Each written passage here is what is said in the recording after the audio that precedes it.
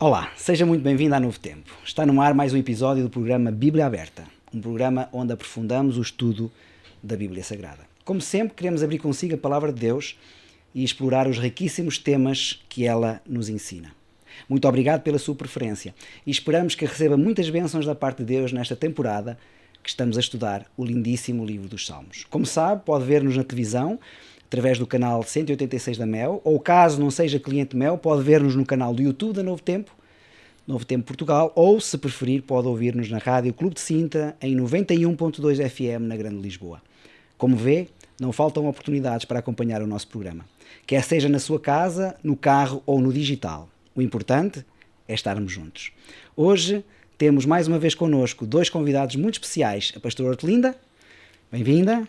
Obrigada. E o pastor Hernani, bem-vindos. São teólogos com curso de teologia e que, sobretudo, são professores da Bíblia Sagrada. Que o Senhor vos abençoe grandemente e obrigado pelo enriquecimento que têm dado a este programa. Chegamos ao fim de uma série de episódios maravilhosos sobre o livro de Salmos. Foi uma bênção muito grande este livro e para mim, devo dizer, foi de grande enriquecimento espiritual. Foi uma temática profunda, muito profunda e sobretudo que nos mostra a importância de nos entregarmos a Deus e de esperarmos no Senhor. Hoje vamos falar sobre a espera no Senhor. A viagem espiritual levou-nos através da experiência da revelação e da reverência perante o majestoso Criador, Juiz e Rei do Universo. Através dos lamentos e das alegrias, do perdão e da salvação, de momentos de entrega, de momentos de dores, mas também das gloriosas promessas da presença de Deus. Mas mais ainda, a jornada continua. E porquê? Porque vivemos na esperança da vinda de Jesus, no qual este anseio por Deus encontrará o seu cumprimento final. E se há palavras que possamos retirar destes salmos, a palavra é espera no Senhor. Hortelinda, para ti, começo contigo. O livro de Salmos é um livro de louvor, é um livro de gratidão, é um livro de adoração, mas também é um livro de lamento. É um livro de queixas, é um livro de desapontamentos. No entanto, esperar no Senhor tem um lugar de destaque.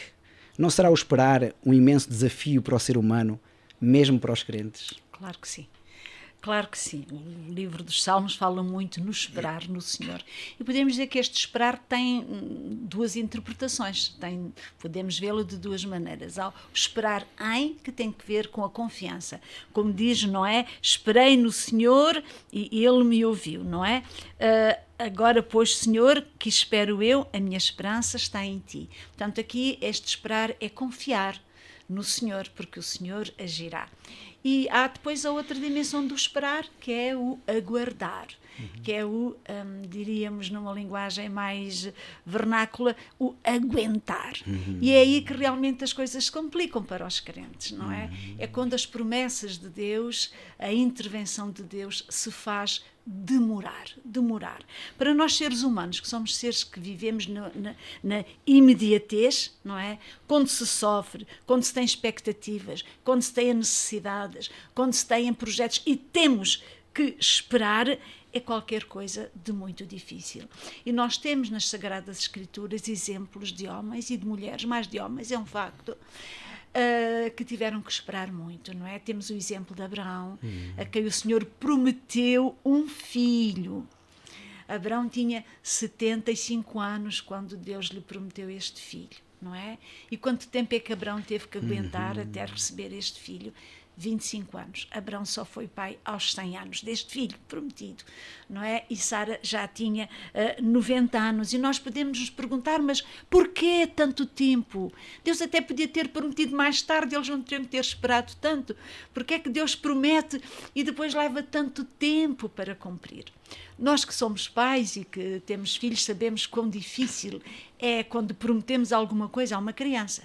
Quando prometemos alguma coisa a uma criança, tem que ser ali pertinho o cumprimento, porque senão a criança fica frustrada e acaba por nos envenenar o dia, não é? E o Senhor dá este tempo, não é? 25 anos de espera para Abraão e para Sara, e nós podemos nos perguntar porquê? Porque este aguentar este esperar. Certamente que Deus não é sádico, não é? Deus não tem de maneira nenhuma prazer em fazer sofrer, em frustrar os seus filhos. O que nós temos que pensar sempre quando o Senhor tarda a cumprir a sua promessa ou a sua intervenção, nós temos que pensar é que o ainda não de Deus tem um significado, tem um sentido. E vemos-lo, por exemplo, na experiência de Abraão. Houve um percurso que ele e Sara fizeram durante 25 anos, não é? De crescimento. Há um período em que eles se apropriam da promessa, em que sentem a sua necessidade, mas mais do que isso, em que eles estão maduros espiritualmente para poderem compreender o que essa promessa envolve. É muito interessante porque Deus quis absolutamente, desculpem de eu tomar tanto este exemplo, Deus quis absolutamente que fosse Abraão e Sara a serem os pais do seu povo, um povo testemunha de Deus. Mas Deus queria que não houvesse dúvida alguma sobre que era Deus que estava ao leme e que dirigia todas as coisas. E ter um filho aos 90 anos não é propriamente natural nem normal. É uma intervenção de Deus. Então Deus tinha um sentido para esta espera. Deus queria que eles fossem pais quando ninguém podia ser pais, para que se dissesse: este filho é um filho da promessa, é um filho que vem de Deus. Logo, há um sentido muito profundo para esta expectativa. Nas nossas vidas também. Muitas vezes o Senhor manda-nos esperar porque não estamos maduros para aquilo que Ele tem para nos dar. Não nos devemos esquecer que nesta espera, tal como no sofrimento nós dizemos que é Deus que sofre connosco, também Deus também espera. Eu gosto daquele texto de Isaías 30, no versículo 18, em que Deus diz: eu esperarei para ter misericórdia de vós. É um texto muito interessante. Deus espera para ter misericórdia. Não é Deus o Pai da misericórdia. Ele tem misericórdia sempre. Mas Ele diz ao povo: eu vou esperar para ter pena de vocês. Eu vou esperar para vos abençoar. E, na realidade, quem mais espera é Deus.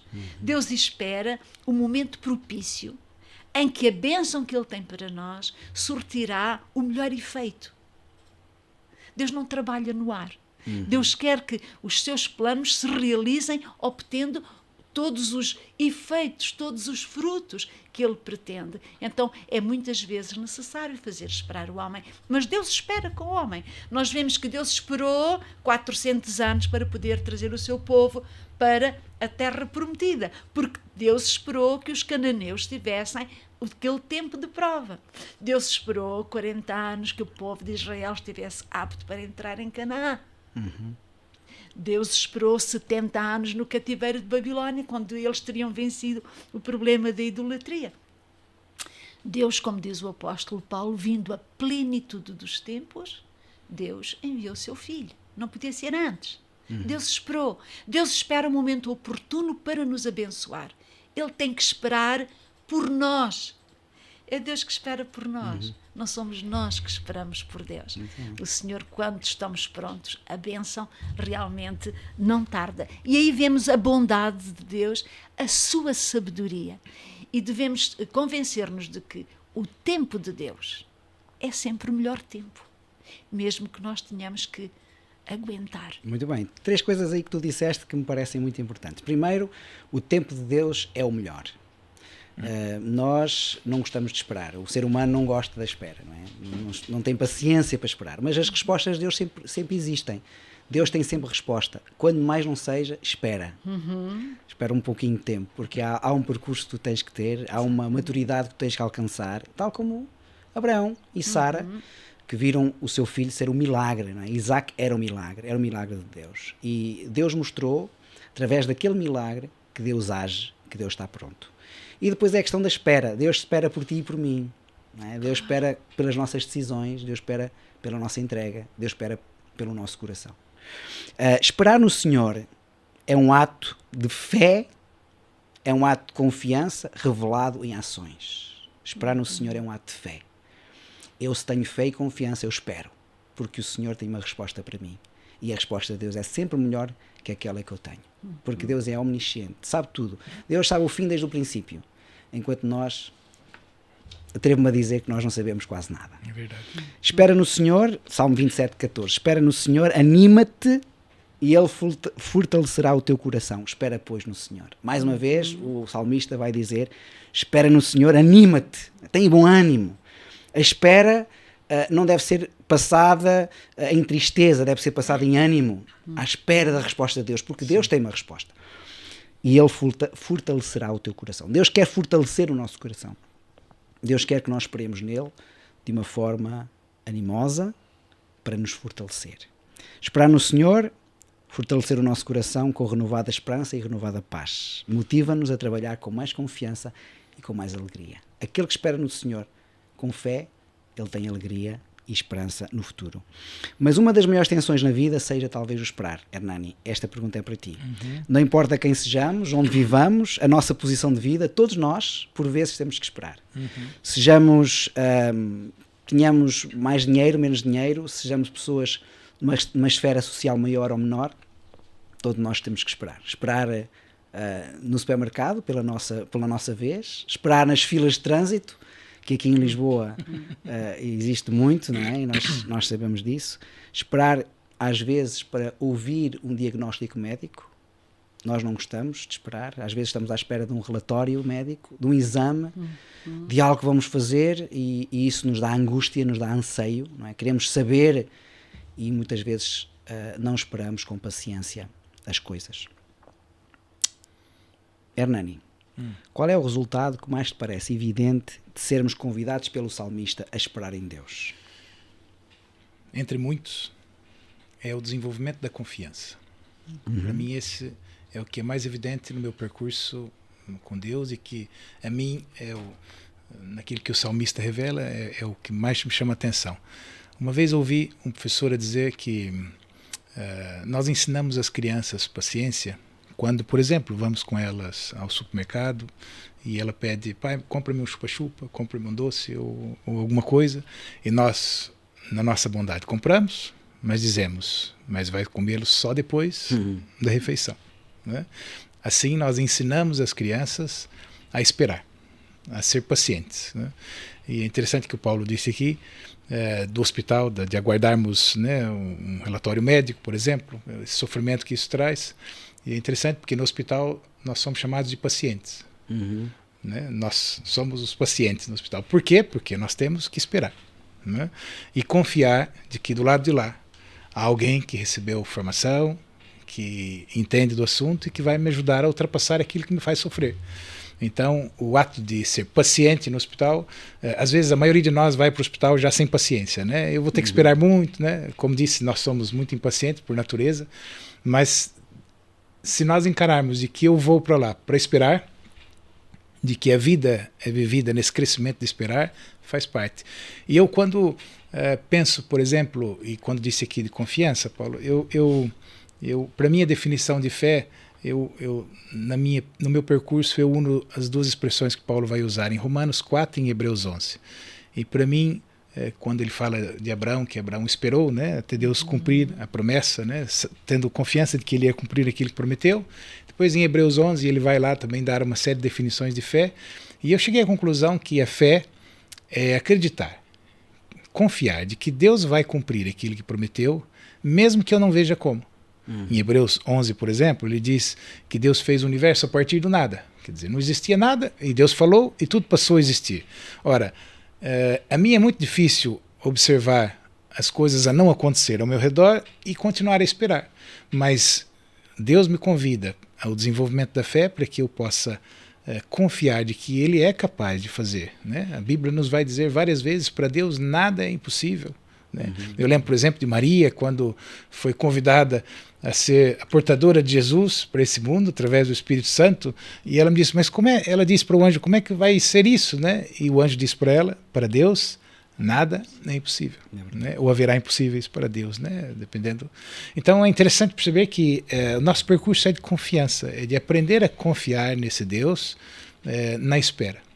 Isso nos leva a desenvolver a fé. E a Hortelina estava a dizer sobre Abraão. Para mim, Abraão foi um homem que tinha desejo de fazer a vontade de Deus, tinha desejo de caminhar com Deus, e Deus convidou a fazer uma marcha de fé, a desenvolver a fé. E é interessante porque nós podemos olhar para a vida de Abraão claramente e ver isso.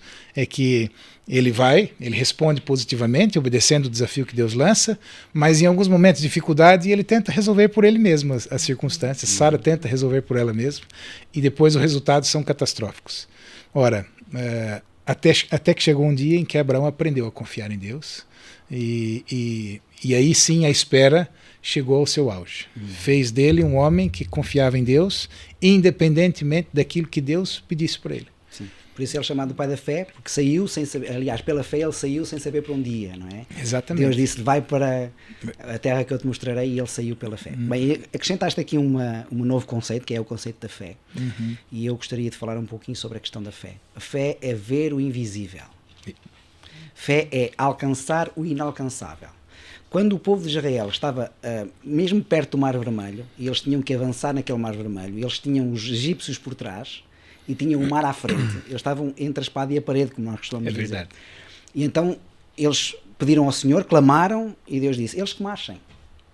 Então, mas ainda estava lá, o mar ainda estava fechado, não é? O mar ainda estava quase intransponível, como é que nós vamos marchar? Ele diz, eles que marchem. Eles que marchem. E no momento em que eles colocaram o pé no mar, ele abriu-se. E portanto, fé é eu acreditar nas coisas que Deus me disse que vão acontecer, sem elas ainda terem acontecido. Porque se as coisas já tiverem acontecido, deixa de ser fé e passa a ser constatação. Então fé é acreditar naquilo que ainda não está, não é? Uma vez, eu lembro-me agora de uma história, assim mesmo de repente, uma vez um ilusionista, ele era um trapezista, ele andava em cima de fios, de cabos, e ele subiu a um prédio muito alto, e muitas pessoas foram atrás dele para ver. Isto é uma história verídica. E ele começou a passar de um cabo para o outro entre dois prédios muito, muito elevados, e as pessoas ali todas a aplaudirem aquela passagem de um lado para o outro, e ele perguntava, vocês acreditam que eu consigo passar? E eles disseram, acreditamos, e ele passava de um lado para o outro.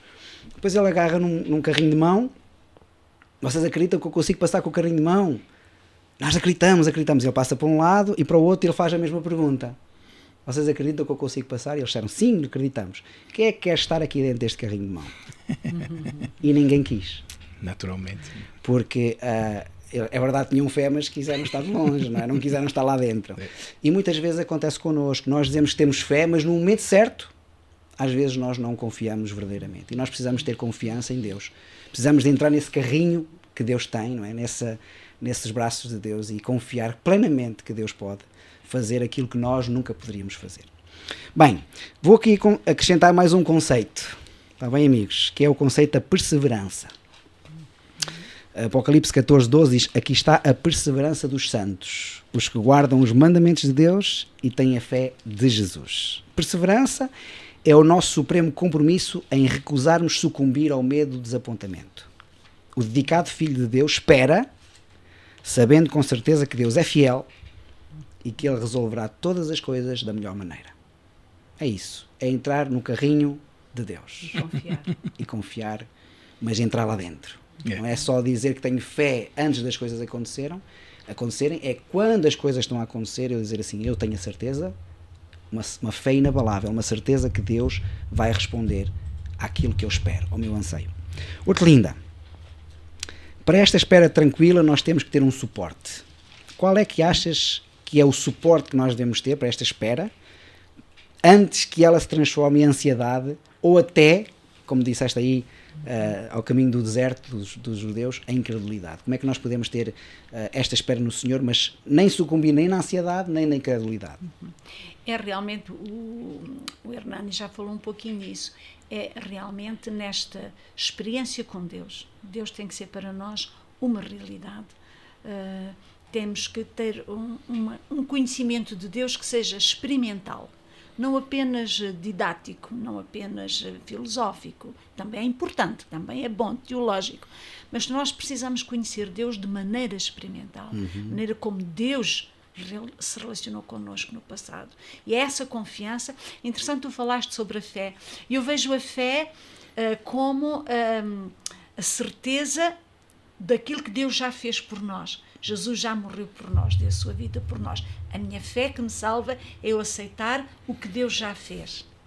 A esperança é a fé no futuro, é a fé naquilo que Deus fará, que ainda não está feito, mas que fará. Portanto, de alguma maneira, a esperança é uma filha da fé. É porque acreditamos em Deus que nós esperamos a sua ação no futuro, quando ainda não a vemos. Então é esta experiência de fé que nós fazemos com Deus, que nos momentos de espera nós podemos realmente aguentar. Há um salmo um dos salmos que nós lemos, aqui o Salmo 131, tem uma questão que eu achei muito interessante, que mostra também uma outra dimensão da espera, ou um outro objetivo para a espera, em que ele diz: de certo fiz, Salmo 131, de certo fiz calar e sossegar a minha alma. Qual criança desmamada para com a sua mãe, tal é a minha alma para comigo.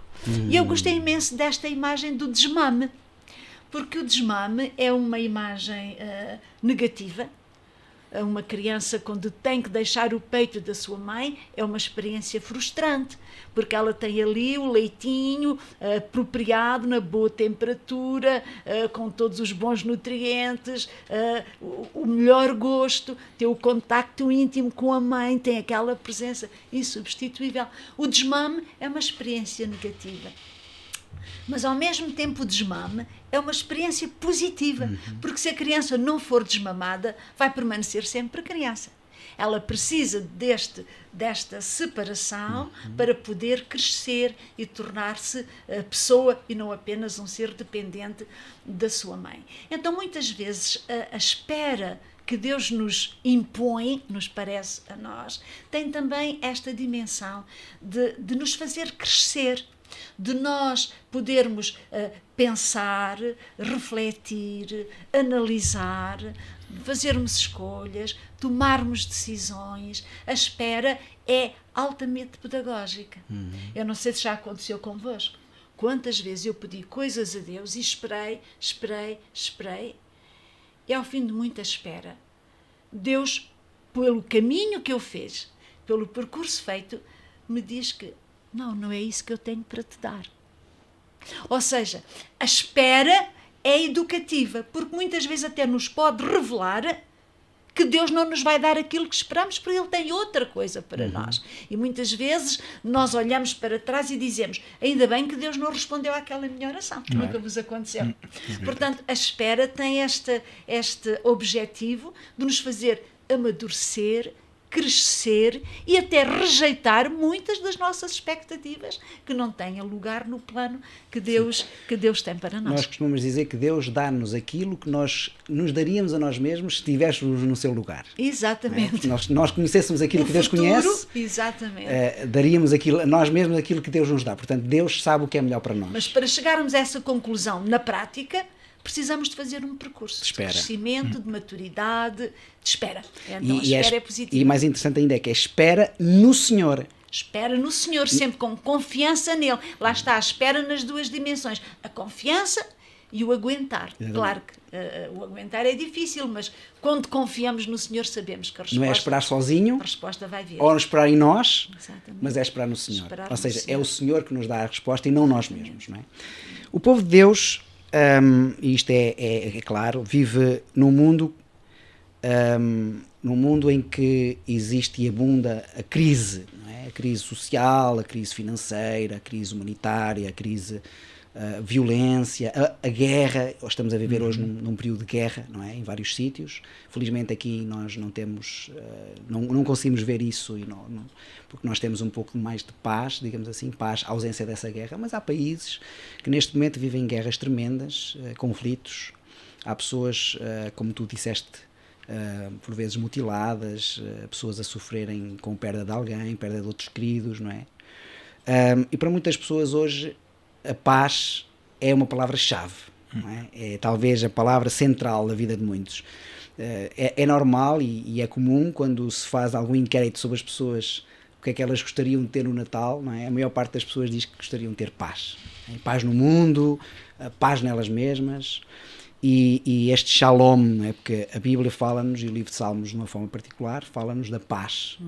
E a paz que ali está vem do hebraico shalom, que é mais do que paz, mais do que a ausência de guerra, é uma plenitude espiritual, é uma maturidade espiritual, como nós já falámos. Por isso, Hernani, a minha pergunta para ti é: será que podemos dizer que a paz é a essência do cristianismo? Sim, Paulo. No fundo do meu ser, posso dizer que sim. Eu acho que é para esse lugar, eu acredito que é para esse lugar que Deus quer nos levar. E quando digo lugar, naturalmente a gente não consegue materializar, né, um lugar da paz, mas eu acredito que sim, porque o fato de esperarmos em Deus dentro das nossas angústias, o fato de, dentro do nosso sofrimento, termos alguém com quem falar, termos alguém que nos ouve e termos alguém que nos promete que tudo isso vai passar, nos sossega, que nos convida a confiar nele, acalma o nosso espírito. Eu enquanto estudante da Bíblia, eu percebo que desde o princípio, quando o diabo enganou a humanidade com aquela mentira de que nós seremos como Deus, né? Vocês serão como Deus, nós inconscientemente ainda continuamos a acreditar de que nós conseguimos controlar todas as coisas. E a nossa falta de capacidade de esperar é por causa disso, né? A gente quer controlar o trânsito, né? A gente quer controlar as circunstâncias da vida, a gente quer, né? Ainda hoje apanhei um bocadinho de trânsito, né? Para vir aqui, e é interessante que por mim eu abria o trânsito todo, passava, né? Como passou uma viatura da polícia, toda a gente abria, eles como passavam. Como se abriu, exatamente, né? Essa era a minha vontade, deixa-me passar, né? Mas eu não consigo controlar, né? Então, é um exemplo para mim de como nós devemos esperar em Deus e que a paz é o resultado dessa espera e dessa confiança. Como a Hortelinda disse muito bem no Salmo, essa invocação da figura materna, né, me faz lembrar exatamente desse período de fusão da criança no colo, né, nesse tempo onde a criança está ali a receber o contato direto da mãe, e que isso nunca mais volta. Né, nunca mais volta. E eu acredito, quando percebi isso, acredito que todos nós estamos à procura de novo desse colo confortável, desse lugar de seguro, onde a gente possa descansar, onde a gente possa estar totalmente tranquilo de que tudo vai ser resolvido, tudo vai ser ultrapassado, porque temos alguém que cuida de nós. Para mim é a paz. E Jesus disse isso, né? O nosso mestre, por isso eu posso dizer que a paz é a essência do cristianismo. Jesus disse: deixo-vos a paz. Né? Não é a paz como o mundo dá, é a minha paz, né? E ele vai convidar-nos a não se turbe o vosso coração, nem vos atemorize. E eu lembro quando era miúdo, eu gostava de mecânica, gostava de carros, ainda gosto um pouco, mas não tanto mais. E eu tinha um apreço pelos carros que a gente chama de carros com turbo, com uma turbina, né? E é interessante o funcionamento da turbina, porque ela apanha o ar que sai do motor, o ar quente que sai do motor, e injeta com mais pressão ainda dentro do motor para que ele possa desenvolver muito mais. Só que há um problema, é que os motores que se utiliza essa turbina com muita pressão, eles não aguentam muito tempo, eles avariam rapidamente, né?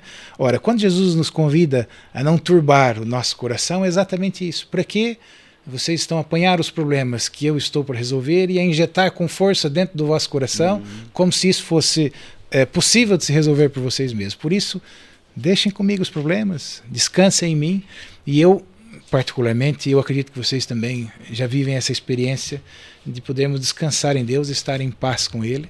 É alguma coisa que até me traz aqui um suspiro no coração, que é esse lugar de tranquilidade, né? Por isso realmente a paz é a essência do cristianismo. Eu lembrei-me agora de um texto, estás a falar, lembrei-me de um texto que se encontra em Mateus 11, a partir do verso 28, né?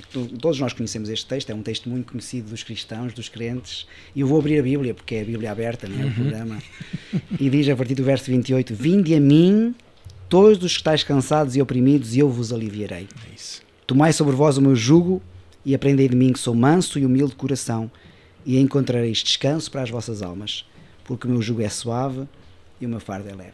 Jesus disse: vinde a mim, estáis cansados e oprimidos, e eu vos aliviarei. Dar-nos-ei essa paz. Exato. Faz-me pensar, Paulo, um quadro que uma vez vi, e que o autor mesmo o pintor do quadro explica, é um pássaro pequenino dentro do ninho, embaixo de uma cascata, com uma tempestade à volta, mas ele está ali, dentro da rocha, tranquilo, sossegado no ninho, enquanto à sua volta tudo está em tormentas, né? Então eu acredito que essa paz que Jesus promete não é um sentimento que nos leva a pensar de que, pronto, olha, não vou preocupar-me com isso, ou não vou pensar nesse problema. Não, é uma paz real. Sim. Que Deus traz ao nosso coração, em que no meio das tormentas da vida, nós descansamos e confiamos de que aquilo que eu não controlo, Deus está no comando.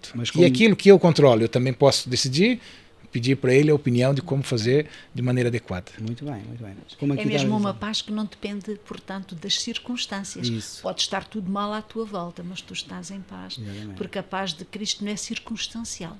Ela é absoluta, porque é espiritual. Exatamente. Não é? E é o que te permite também fazer face às tuas dificuldades com essa paz e até transformá-las. Não é? Por isso é que a Bíblia diz, vinde a mim, não é? Precisamos de ir a Ele, a este convite. Isso. Vamos parar aqui um bocadinho para nos dirigirmos aos nossos amigos e ao nosso auditório para partilhar uma oferta muito especial que temos aqui no nosso programa. É o manual Histórias de Esperança, um manual de estudo da Bíblia, onde são explorados 15 temas partindo da experiência de Jesus e que revelam a sua vontade. A grande notícia é que este manual é uma oferta da nossa parte para si.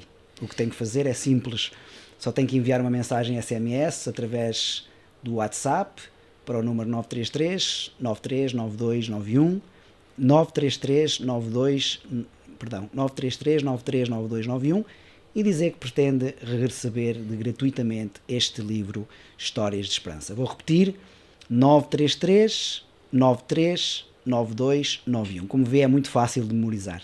Tenho a certeza que este manual será muito importante para si. Eu vou colocá-lo aqui para você ver este manual. Ele é um manual muito importante e eu acredito que vai ser muito benéfico para si e para a sua família. Por isso, não perca esta oportunidade de nos falar, de nos telefonar, de nos mandar uma mensagem e pedir este material. Amigos, estamos a trabalhar aqui num tema muito importante, estudar este tema tão importante da espera no Senhor. Espera no Senhor. Quão bom é nós esperarmos no Senhor. Mas o salmista também fala muito, ou os salmistas, no louvor. Não é? Aliás, os salmos são salmos de louvor, orações que são cantadas. E o louvor a Deus pelas grandes obras das suas mãos, pelos seus feitos, não é? Como Criador, em primeiro lugar, e aponta o Deus Criador para o primeiro aspecto que nós vamos aqui introduzir, que é o sábado. O sábado comemora a criação. Não é? Então o louvor a Deus dos salmistas é quando eles invocam o Deus Criador, o Deus que tudo criou, o Deus que tudo mantém. E o Salmo também engrandece a Deus não só pela sua criação, mas pela vitória e pela redenção. E o sábado também é o memorial da redenção. Então temos aqui o sábado como memorial de duas coisas importantes. Primeiro, a criação e segundo, a redenção. Não é? Assim, no Salmo 92, exalta a Deus pela sua criação passada, pelo aquilo que Ele faz no presente, sustentando este mundo, sustentando a nossa vida, e aponta para a esperança da eterna paz quando Jesus vier colocar um ponto final no mal, porque o mal tem que acabar, o mal não pode continuar a acontecer, e Jesus virá para colocar um ponto final no mal. As pessoas então desfrutam o repouso do sábado na nova terra, porque Deus é altíssimo e a sua posição superior nos lugares celestiais nos dá a Ele próprio vantagem sobre todos os seus inimigos. Então Deus vai criar esta ponte, não é? Jesus é esta ponte que nós fazemos com o Pai, com o céu, e nos permite que um dia possamos estar juntos nessa terra, onde aí mesmo também teremos o sábado como memorial, não só da criação e da redenção, mas também um memorial em que estamos perto do Senhor. Esta espera valeu a pena. É verdade. Porque a espera terá um fim, porque estaremos para sempre com Ele. E neste sentido, eu gostaria de perguntar à Hortelinda como é que a guarda do sábado como dia do repouso pode ser um motor para a esperança, em primeiro lugar, e depois um antídoto para o nosso desespero. Eu gosto de dizer que o sábado é uma bandeira, não é? O sábado é como uma bandeira. Eu, quando estudava, um dia encontrava-me em Genebra e fui parar a um lugar público das Nações Unidas, onde estava a bandeira portuguesa. Eu que estava longe de Portugal há tantos anos, há tanto tempo, anos, sim. Quando eu vi a bandeira portuguesa, eu tive uma emoção especial. E eu pensei, eu venho dali, eu pertenço ali. E um dia eu vou para ali. E toda aquela bandeira trouxe à minha memória todo o projeto da minha vida e de quem eu era. Então eu penso que o sábado é-nos dado precisamente para nos lembrar que nós somos um projeto de Deus. Nós não estamos aqui a monte, nem a esmo, não fomos lançados no universo assim, sem propósito, sem sentido. Nós somos um projeto de Deus. Fomos criados por Deus. É essa criação que Deus quis e da maneira como a quis, que fôssemos criados à sua imagem e semelhança, o melhor que Deus foi capaz de fazer. Ou seja, Ele tomou-se a Ele como referência. Eu sou Deus, sou o absoluto, só quero pessoas parecidas comigo. Era o modelo. Então foi o melhor modelo que Deus teve, foi Ele mesmo. Deus criou com uma tal qualidade, Deus tomou todas as medidas, entregou todos os meios, todos os recursos, para que esta criação pudesse ser realmente para a sua glória e para que nós, seres humanos, participássemos da sua glória. Então, eu penso que é esta boa vontade de Deus. Pelo menos para mim faz muito sentido isto. Não importa o que acontece na minha vida, já tenho tido doenças muito graves, passado por situações circunstanciais muito complicadas. Mas esta ideia de propósito, de que Deus me trouxe à existência e que há um propósito para a minha existência e para a vossa existência, que é Ele ser o meu Criador. Eu podia não existir. Havia milhentas possibilidades de eu não existir, mas eu existo. Porquê? Porque Deus quis que eu existisse. Portanto, eu sou o projeto de Deus. Ele é o projetista e é um projeto no qual Ele se envolve completamente. Então eu não posso duvidar da boa vontade deste Deus que me quis. Não é? E o sábado fala disto. Não vens de ti mesmo, vens de Deus. A vida não depende de ti, nem do que tu fazes, nem do que tu ganhas. Depende de Deus. E tu não estás aqui para ficar aqui, tu estás a caminho. Tu vais para Deus. Então, isto para mim é o que me dá mais segurança, confiança para esperar. Eu posso esperar porque espero em alguém que me ama, que me quis. E quando o projeto humano se perdeu pelo pecado, Deus investiu e que de maneira para o recuperar. Deus deu tudo o que tinha para recuperar este projeto, não é? Ninguém dá o seu filho por qualquer coisa. Deus deu o seu filho por um projeto que lhe era muito caro. Tão caro que lhe mereceu, nós não merecemos, mas lhe mereceu a ele dar tudo isto na criação e na redenção. Então, nós podemos confiar neste Deus, porque é o Deus que está no início, e é o Deus que está no fim, e é o Deus que está no meio. Então, esta noção de projeto que o sábado nos transmite é, para mim, algo que me diz, podes confiar, porque Deus, ao contrário do que disse Saramago, Saramago diz que o Deus da Bíblia não é um Deus de fiar. Mas o que a Bíblia nos diz e o que o projeto de Deus nos diz é que Deus é um Deus em que podemos colocar toda a nossa confiança. Deus é de fiar, Deus é fiel e Deus iniciou um projeto que Ele vai levar até ao seu término. E o seu término é na eternidade, presenciando a sua glória e mais, participando dessa mesma glória. Então podemos esperar as coisas que aqui podem ser menos agradáveis, a espera pode ser desagradável, as circunstâncias podem ser negativas, a vida pode ser mais longa ou mais curta, mas que importância tem tudo isso? Deus vive, Ele é o Criador, Ele é o nosso Salvador e Ele já tem um lugar à nossa espera. Uma eternidade, nós, não é? Uma eternidade que nos espera. O memorial da criação, da redenção e da eternidade. É a bandeira da eternidade. O sábado. Então o sábado é importante. É interessante, Paulo, que o sábado é mencionado por Paulo em Hebreus, no capítulo 4, como dizendo ainda resta um descanso para o povo de Deus, né? O sábado como um símbolo dessa espera, desse descanso, né? Desse lugar onde nós entramos no tempo, nesse espaço do tempo, onde nós entramos e perguntamos para Deus, e agora? O que é que eu faço? E Deus diz para a gente, descansa, esteja em paz. Esse dia é para si, esse dia é para você e para mim. Para mim, eu né? estou aqui. Eu estou aqui. Então é interessante que o sábado ele vai exatamente exaltar esse descanso nesse relacionamento pessoal com Deus. Sim, né? O sábado é realmente o ponto desse descanso, ou seja, Deus deu esse tempo, e no Éden nós vimos que eles não necessitavam descansar fisicamente, porque eles não se cansavam, não é? Eles eram perfeitos, não se cansavam, mas mesmo assim Deus deu o sábado como memorial da criação para que houvesse um relacionamento mais forte, mais íntimo com Deus. Não é? Isso é importante. Olha, nós falámos aqui de Abraão, e lembrei-me agora, de repente, em Hebreus capítulo 11, que eu acho que é muito importante dizermos isto. No versículo 8 diz assim, no versículo 8 até ao versículo 10, diz assim: pela fé, Abraão, sendo chamado, obedeceu, indo para um lugar que havia de receber por herança, e saiu sem saber para onde ia.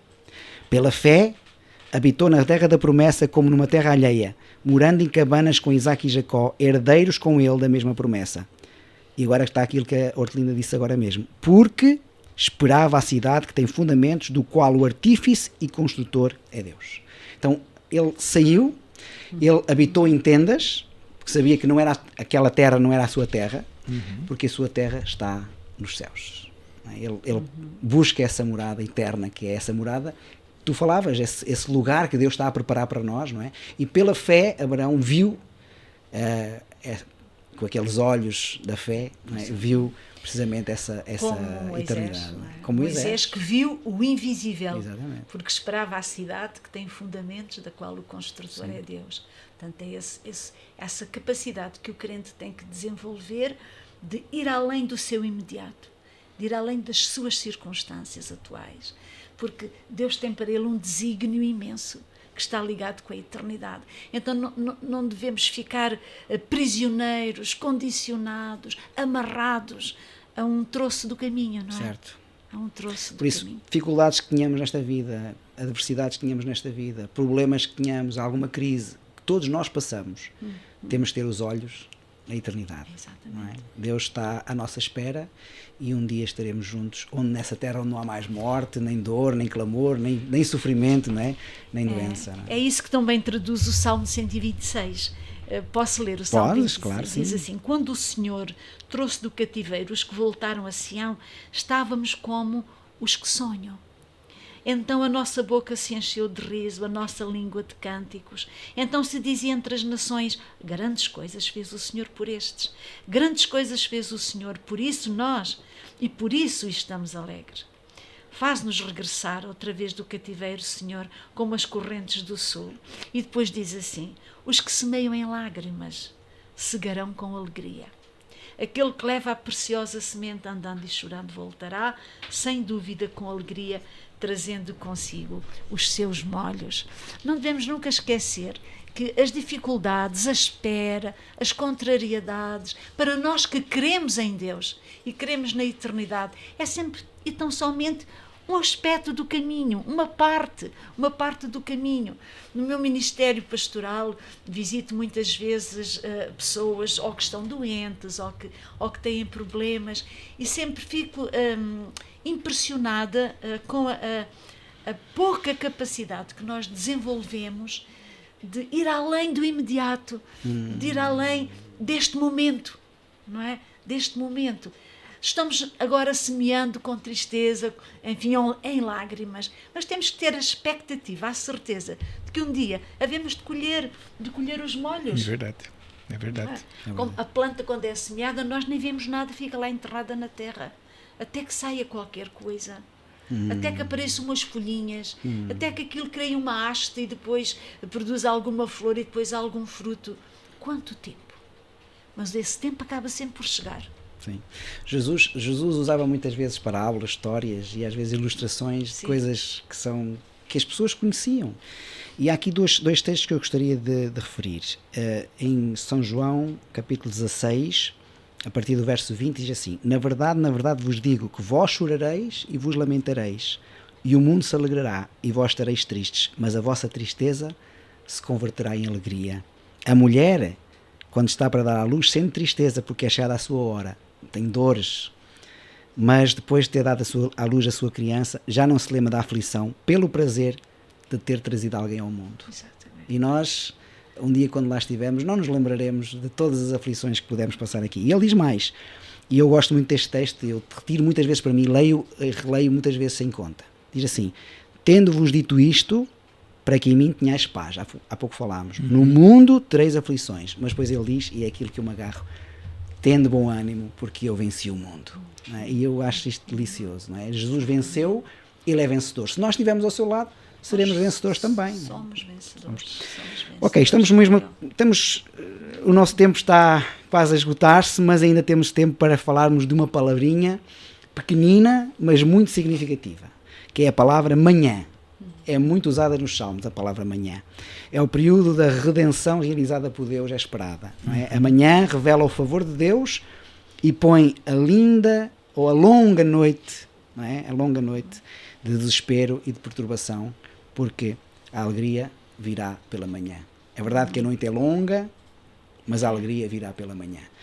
Hernani, será que a alegria virá realmente pela manhã, ou isto são palavras só ao vento? É verdade, Paulo. Às vezes nós vemos num mundo em que muita gente diz coisas bonitas, né?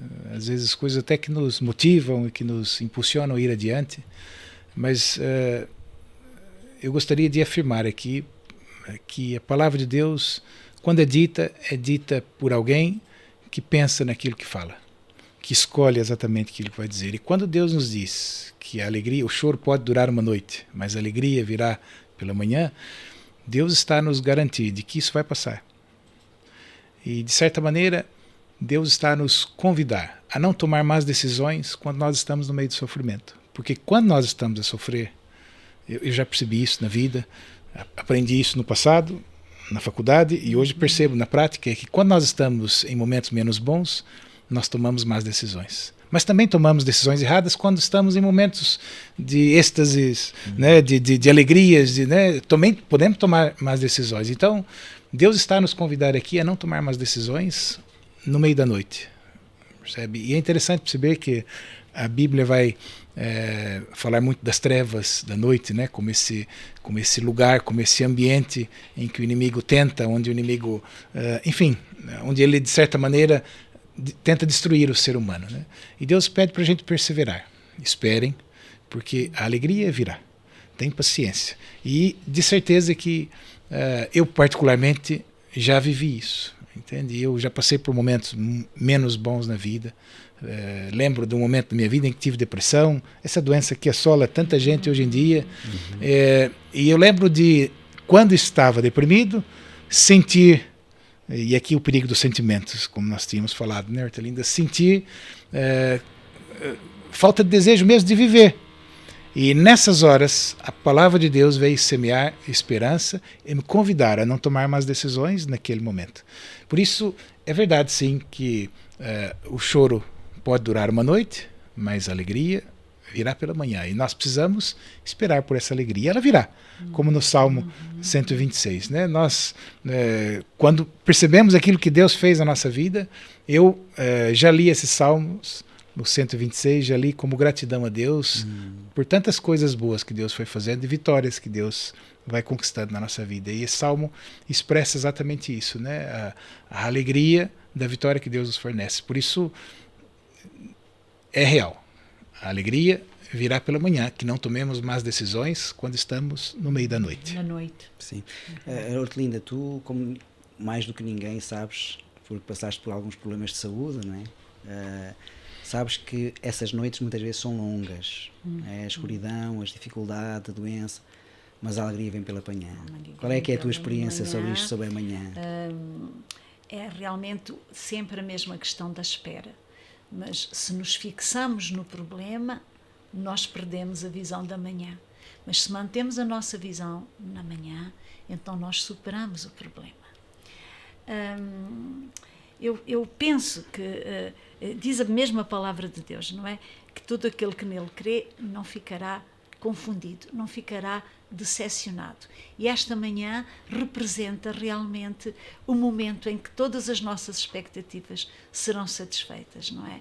Amanhã representa a superação das trevas pela luz, do mal pelo bem, do ódio pelo amor, da vida pela morte.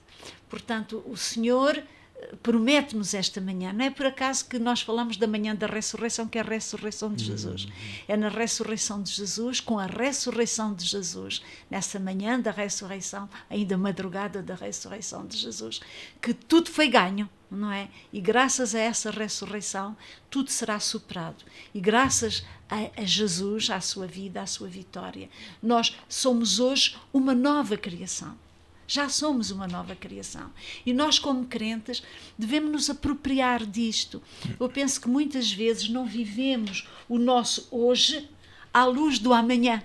Devemos viver a nossa noite à luz da manhã, que vai vir. Sim. Temos a certeza que realmente vai vir essa manhã em que o mal será superado, em que a morte será superada e nós estaremos para sempre com o Senhor. Jesus inaugurou uma nova criação, um novo dia, inaugurou já amanhã, não é? Através de Jesus, nós já somos novas criaturas, já estamos nos lugares celestiais com Cristo, como diz em Efésios, temos uma nova vida, vamos viver numa nova terra, portanto, temos que viver o nosso velho de hoje à luz desse novo que se completará plenamente amanhã. E isso é tudo o que representa a palavra manhã. É a manhã de um novo dia que Jesus ganhou e inaugurou, portanto, para nós. E hoje, o nosso hoje, precisa de ser iluminado com a luz desse novo dia, dessa manhã, da ressurreição e da vitória final e definitiva. E isto é para nós uma força para vencer as dificuldades. Que bom pensamento esse, não é? Há aqui uma passagem bíblica, agora sabem como as palavras são como as cerejas, não é? Nós não comemos só uma, vamos sempre buscando mais. E agora encontrei aqui um texto que nos fala sobre essa vitória que Cristo teve e que nós, se estivermos ao seu lado, também teremos. Ele diz, o apóstolo Paulo, em Romanos capítulo 8, que diz, a partir do verso 37, o seguinte: mas em todas estas coisas somos mais do que vencedores por aquele que nos amou.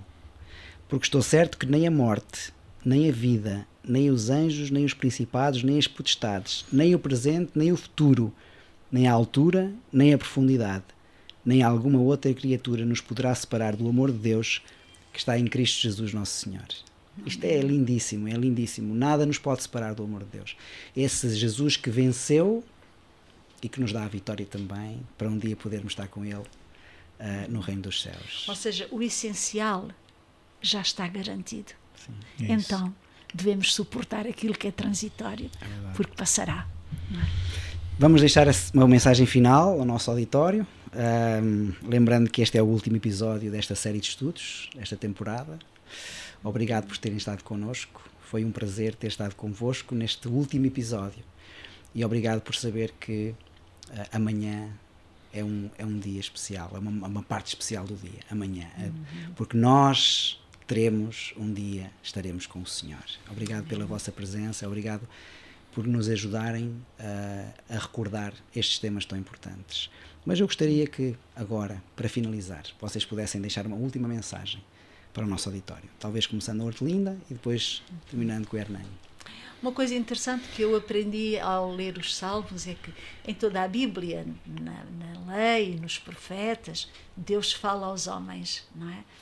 E nos Salmos são os homens que falam a Deus. Muitos salmos são orações que traduzem o sentimento dos seres humanos, os seus anelos, as suas frustrações, as suas expectativas, as suas decepções, as suas esperas, não é? As suas impaciências. Mas os salmos nos falam também desta manhã. E o meu convite para todos os que nos ouvem é que possam viver o vosso hoje difícil, complicado, por vezes arrastado, mas sempre à luz da manhã. Possamos fazer como dissemos de Moisés. Moisés, ele ficou firme porque viu o invisível. E que nós possamos ver esse invisível, e tornar esse invisível mais visível para nós. Nos possamos apropriar dele. Que o amanhã, ou que amanhã, não seja apenas uma ideia bonita. Seja algo que dá sentido ao nosso hoje e que transforma o nosso hoje e que nos torna melhores pessoas e que nos torna mais aptos a ajudar e a servir os outros também. Muito obrigado, Artelinda. Hernani, queres deixar uma última mensagem? Sim, obrigado, Paulo. Eu, quando tive o privilégio de estudar teologia, o meu professor, falando sobre o livro dos Salmos, ele disse que o livro dos Salmos são 150 espelhos da alma, onde nós revemos as alegrias, tristezas, dores. E eu queria lançar um desafio para cada um de vós. Eu tenho vivido isso na prática da leitura dos Salmos. Há 3 maneiras de nós lermos os Salmos. A primeira é pensarmos como é que o salmista, o autor, viveu aquela experiência.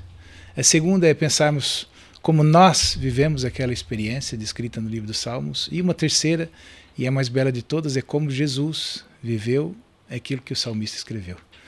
E eu tenho certeza que na prática desse relacionamento com Deus, através dos Salmos, vocês vão encontrar a paz, esse lugar que Jesus quer nos levar e que nos será pleno e total na manhã do seu retorno.